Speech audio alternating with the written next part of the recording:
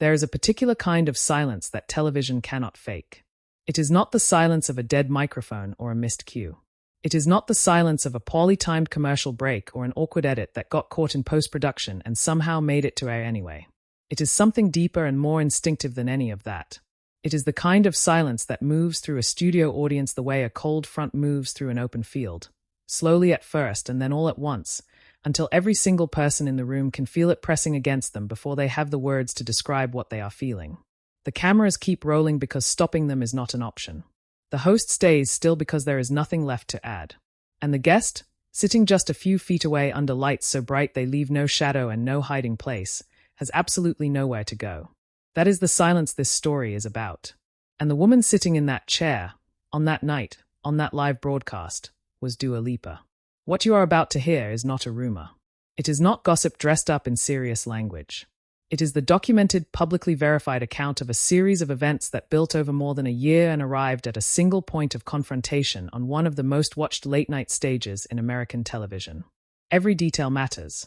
Every piece of context is going to pay off before this story is finished. And if you stay with it from the beginning, you will understand not just what happened in that studio, but why it happened, why it was inevitable, and why the entertainment industry is still processing what it means.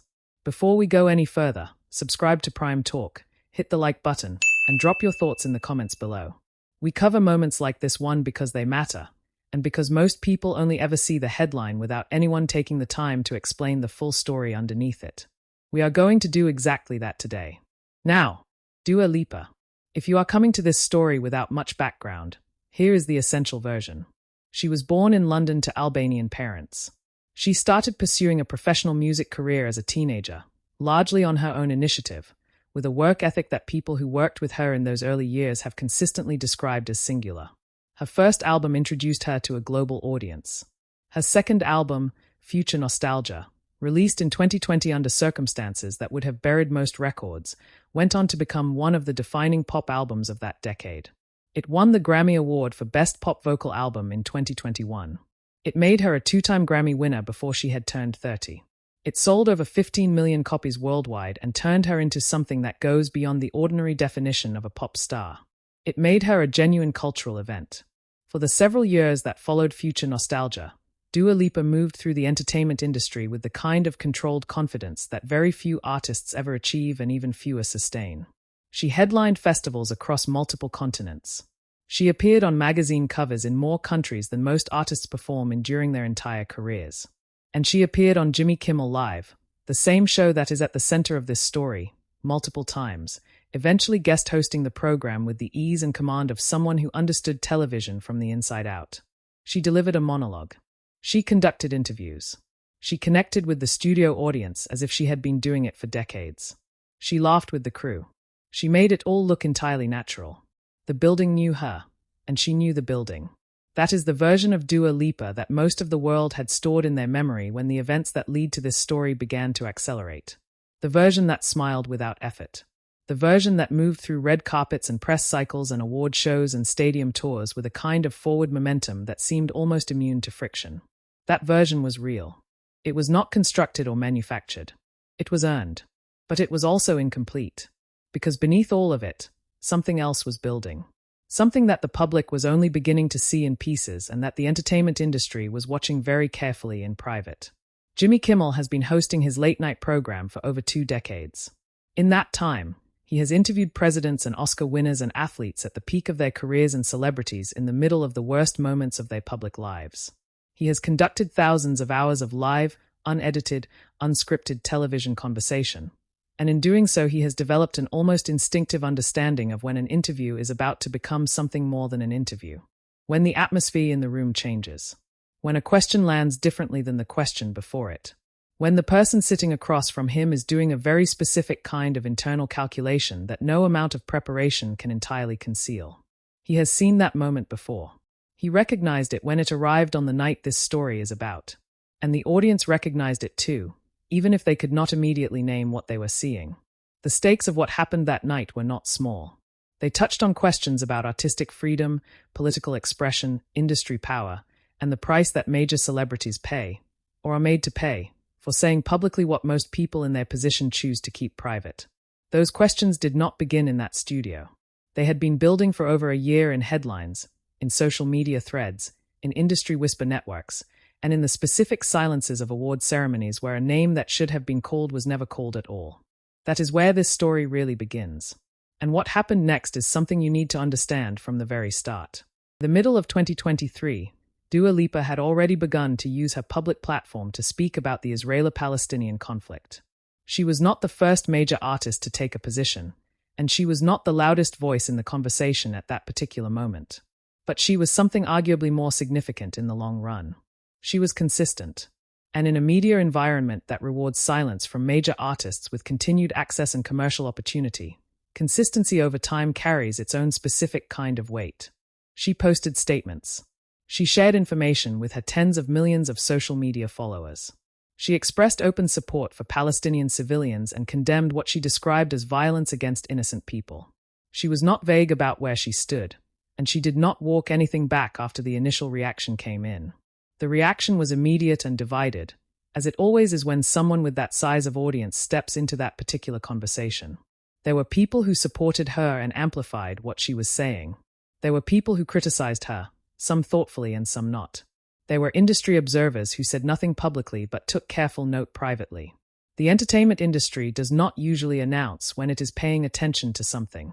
It simply pays attention, and the consequences, if there are any, tend to appear later and in ways that are difficult to trace directly back to a single cause. In May of 2025, as the conflict continued and the global conversation around it deepened, Dua Lipa made a statement that went further than anything she had said before. During a concert in Kosovo, a country whose own history of displacement and ethnic conflict carries deep personal resonance given her Albanian heritage and her family's history, she displayed the words "Free Palestine" on the stage. Not in a backstage conversation. Not in a social media post uploaded quietly at midnight hoping to minimize the response. On the stage itself. In front of tens of thousands of people. In front of cameras. The image was photographed and circulated within hours and reached audiences far beyond anyone who had been at the concert. She also made a statement condemning Israeli airstrikes on displacement camps in southern Gaza. The language she used was direct and without any diplomatic softening. Burning children alive, she said, can never be justified. That statement was quoted by outlets across the entire spectrum of media coverage, from those who agreed with her entirely to those who condemned her for saying it at all. The reaction was not moderate.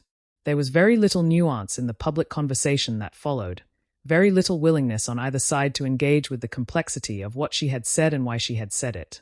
The internet divided sharply and loudly, as it does. Dua Lipa did not retract the statement. She did not issue a clarifying follow-up designed to soften the edges of what she had originally said. She stood by it.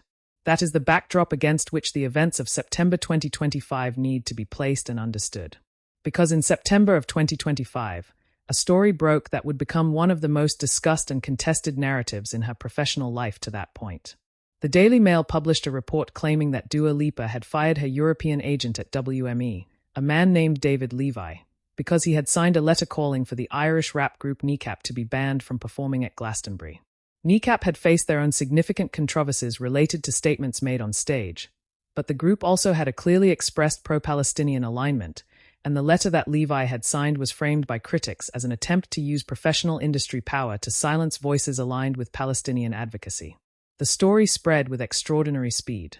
It was picked up and amplified across social media platforms, across news outlets of every size and ideological orientation, across entertainment news sites and political commentary platforms simultaneously. The reaction split immediately along existing lines. On one side, people described it as a principled act by an artist who refused to allow the people managing her professional career to take positions that directly contradicted her publicly stated values. On the other side, the story was framed in sharply different terms, with some outlets and commentators characterizing the reported separation in ways that cast Dua Lipa's decision in a negative light and raised questions about professional conduct and the intersection of personal politics with business relationships. Then Dua Lipa responded. She and her talent agency issued categorical denials of the Daily Mail's framing of the story. She called the report false. She accused the Daily Mail of exploiting a global tragedy for clickbait, which is a direct and serious accusation aimed at a major media outlet. She pushed back firmly on the characterization of her split with David Levi as it had been presented in that publication, and she made clear that she found the reporting to be both inaccurate and irresponsible. Her denial was not soft or carefully hedged. It was direct. What was not fully resolved, and what remained unresolved even after both sides had made their positions public, was the underlying reality of why the professional relationship had ended. The separation itself was not denied. The specific narrative constructed around it was what she rejected. It was in the weeks following all of this that a different kind of story began circulating. Not in verified print reporting. Not in pieces with named sources and documented evidence. But in the corners of entertainment forums, in social media threads, in the informal industry whisper network that has always operated in parallel to the official record of Hollywood. The story was that Dua Lipa's political positions were costing her professionally in ways that the public could not directly observe.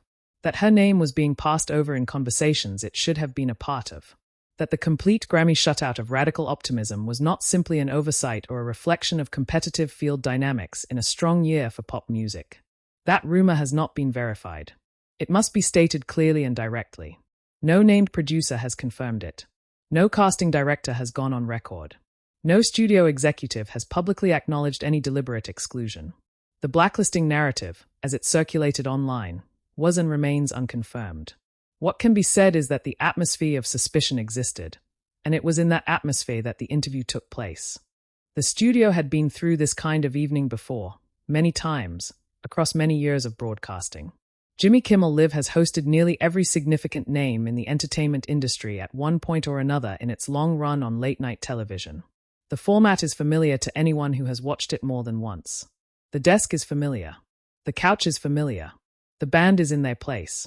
The warm-up comedian has already worked the audience into a comfortable and receptive mood before the cameras have even turned on.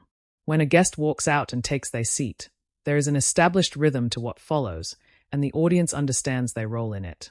They are there to laugh, to applaud, to react, to be part of the energy that makes the whole enterprise feel alive rather than manufactured. On most nights, that rhythm holds from the opening handshake to the commercial break, and nobody in the room has any reason to expect otherwise. This was not most nights. Dua Lipa walked out to applause that was genuine and sustained and warm. She had been in this building before. She had stood at that host's desk and delivered a monologue to that audience. The familiarity was real and mutual. She sat down with the careful composure of someone who has made a deliberate decision, somewhere between the green room and the couch, about what version of themselves they are going to present tonight. The posture was open. The smile was present. The body language in those first moments communicated ease, and it did so convincingly enough that the audience settled into what they expected to be a straightforward and enjoyable interview. Jimmy Kimmel opened the conversation in the way he almost always does. Accessible. Light. Something personal and uncontroversial that gives the guest an easy first answer and gives the audience something to laugh at without anyone having to work too hard. It served its purpose perfectly. The room was warm. Dua Lipa smiled. There was laughter, real laughter, not the polite kind that audiences produce out of obligation. For several minutes, the evening looked exactly like what everyone in that room had expected it to be. Then something changed. Kimmel leaned slightly forward. It was not a dramatic physical gesture. It would not have registered as significant to someone watching without context. But in the specific grammar of late-night television, where every experienced broadcaster knows that physical forward movement toward a guest signals a shift in conversational gear, it was a precise and deliberate signal. The tone was about to change, and every person in that room who had been paying attention to the news cycle of the previous 12 months understood, in the moment that shift occurred, exactly where the conversation was about to go. He asked her about the Grammy snub. The phrasing was careful, as it always is with Kimmel. He did not frame it as an accusation. He did not ask it with hostility or with the performative aggression that some broadcasters use when they want to manufacture a conflict for the camera. He framed it as a question about fairness, about what it means for an artist of her demonstrated stature and commercial track record to be entirely absent from a nominations list where her name, by conventional industry logic, should have appeared without question. He mentioned that she had won in the same categories before. He mentioned the scope and the critical reception of radical optimism. The question was built carefully and professionally, but the question carried weight that went far beyond what it literally asked. Because everyone in that room understood, without it needing to be stated, that the Grammy snub was not a conversation that existed in isolation from everything else. It was attached, in the public conversation and in the industry conversation, to every other thing that had been happening around Dua Lipa for over a year. The political statements, the agent story, the Daily Mail denials, the unverified blacklisting rumors circulating in online spaces. The question about the Grammys was the door, and behind it was everything else. Dua Lipa paused. It was not a long pause. On camera it registered as perhaps 2 to 3 seconds, the kind of pause that in ordinary conversation would not attract any particular attention. But on live television, where the silence between a question and an answer is filled entirely by the audience's collective awareness that they are watching something happen in real time with no possibility of revision, 2 to 3 seconds is an enormous amount of time. The audience felt it. The cameras caught it. And anyone watching at home who had been following this story knew exactly what they were witnessing. Not a memory lapse. Not a distraction. A decision being made in real time. A calculation about honesty and consequence and how much of the truth a person is willing to speak when the lights are on and there is no safety net below them. Her eyes moved during that pause. Not downward. Not toward the exits. They moved with the particular quality of movement that happens when a person is rapidly processing something internal, weighing options, considering words, deciding where the line is between what they will say and what they will hold back. It lasted only those few seconds. And then she answered. She said she was proud of radical optimism. She said she stood completely behind the work she had made. She said it would have been nice, in a line that echoed the language she had used in her Billboard interview months earlier, to have been recognized by the industry, especially as a woman. Then she added something that the room absorbed in near silence. She said she had learned not to measure the value of her work by whether or not it was given a particular piece of hardware by a particular group of people. The audience did not erupt. They did not laugh. They sat in a specific and unusual quiet for a beat that lasted just long enough to be unmistakable on camera, and then they applauded. Slowly at first, then with real conviction. But the quiet came first. That is what matters. That moment, on live television, with no edits and no second chances, is the moment this entire story was building toward. Stay right here with Prime Talk because the aftermath of that moment is where this story gets even more significant, and we are breaking it all down for you in the final part. The applause that followed her answer was real. It was not the obligatory kind that studio audiences produce out of habit or social pressure. It was the kind that builds from something genuine, from a room full of people processing something together and arriving at a collective recognition that what they have just witnessed was not ordinary television. It started slowly, which is itself significant, because it meant it had not been a crowd-pleasing line delivered for effect. It had been something more complicated and more honest than that, and the audience needed a moment to fully receive it before they could respond. Kimmel nodded. He let the response breathe without trying to redirect the energy or move too quickly to the next topic. That restraint was professional and deliberate. He is experienced enough to know that there are moments in a live broadcast that gain their full meaning precisely because they are allowed to exist without being immediately managed or explained. This was one of those moments. He moved the conversation forward after giving it the space it needed, and the rest of the interview unfolded professionally and at times with genuine warmth and humor. Dua Lipa did not retreat into guardedness for the remainder of the evening. She remained engaged and communicative. But the posture, observable to anyone watching carefully, was different from what it had been in the first minutes. The openness of those early moments had given way to something more measured. Not closed, not hostile, just contained in a way that it had not been before that specific exchange. The clip moved before the broadcast had even ended. That is the current reality of live television, and it is a reality that every broadcaster and every publicist and every celebrity who has ever sat on a late-night couch is fully aware of. The audience at home does not wait for a show to finish. The moment a clip contains something that registers as significant, it begins moving through social media in real time, often reaching larger audiences online than are watching the broadcast itself. This clip was no exception. The pause, the eyes, the words, the brief but unmistakable silence from the studio audience before the applause came. All of it was captured and distributed and watched and analyzed within hours. The reactions divided almost exactly as they had divided at every previous point in this story. People who had been critical of her political positions used the clip to question whether she was being fully transparent about the relationship between her public statements and the professional consequences she had experienced. They pointed to the pause as evidence of something being left unsaid. People who had been supportive of her framed the same clip entirely differently. They saw the pause as the natural hesitation of a person navigating an impossible situation with integrity.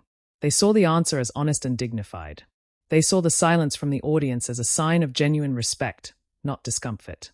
Both readings were applied to the same few seconds of the same piece of unedited tape.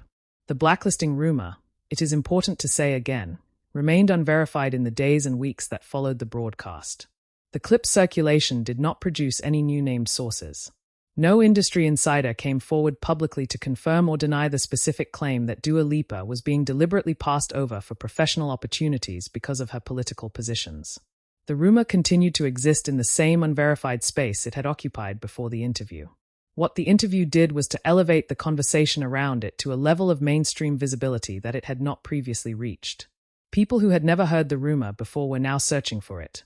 Publications that had not covered it before were now covering it, carefully, with the necessary caveats about its unverified status, but covering it nonetheless. The interview did not confirm the rumor.